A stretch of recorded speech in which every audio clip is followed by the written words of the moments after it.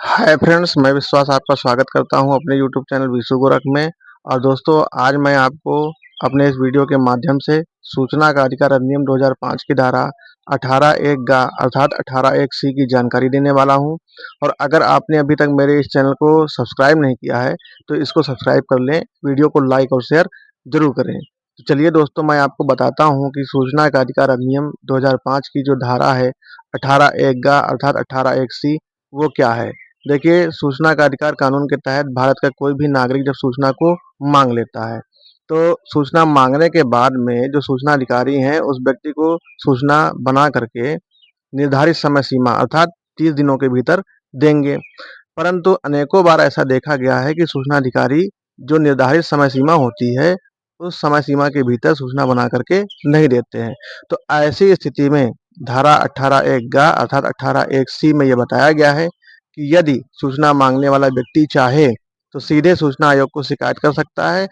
और जब वो व्यक्ति सूचना आयोग को शिकायत करेगा तो सूचना आयोग क्या करेगा, उस मामले की जांच करेगा। और जांच में यदि सूचना अधिकारी दोषी पाए जाते हैं, यानी कि वो ये युक्ति कारण नहीं बता पाते हैं कि उन्होंने किस वजह से निर्धारित समय सीमा में सूचना नहीं दी, अर्थात उनके द्वारा जो ये अधिनियम का उल्लंघन हुआ है वो किस कारण से हुआ है, तो ऐसी स्थिति में अगर वो दोषी पाए जाते हैं तो उनके ऊपर सूचना आयोग दंडात्मक कार्यवाही कर देगा।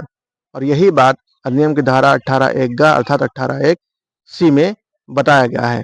परंतु यहाँ पर दोस्तों यह भी बताना चाहूँगा कि यदि वो व्यक्ति चाहे तो इस मामले में अगर उसको निर्धारित समय सीमा में सूचना नहीं मिलती है तो वो अगर शिकायत करना चाहे तो शिकायत कर सकता है धारा 18(1) गा अर्थात 18(1) सी में। और अगर वो चाहे तो अधिनियम की धारा 19(1) के तहत उस सूचना अधिकारी के जो ज्येष्ठ अधिकारी हैं यानी कि वरिष्ठ अधिकारी हैं उनको प्रथम अपील भी कर सकता है। तो प्रथम अपील में भी उसको उसकी इस समस्या का जो निराकरण है वो हो जाएगा। और अगर वहां से भी उसको कोई भी समाधान नहीं प्राप्त होता है तो अधिनियम की धारा 19(3) के तहत द्वितीय अपील भी प्रस्तुत कर सकता है, और वो भी सूचना आयोग को। तो दोस्तों, आइए मेरे इस वीडियो में स्क्रीन पर देखिए कि सूचना का अधिकार अधिनियम 2005 की जो धारा है 18(1) गा अर्थात 18(1) सी वो क्या है।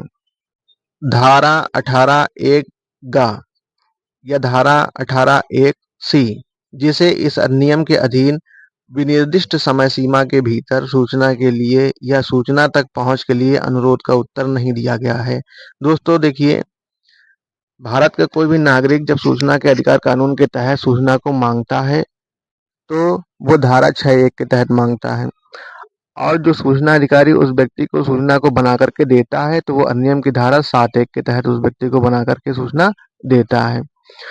अब सूचना को बना करके देने में सामान्य तौर पर 30 दिन की समय सीमा निर्धारित की गई है इस कानून में।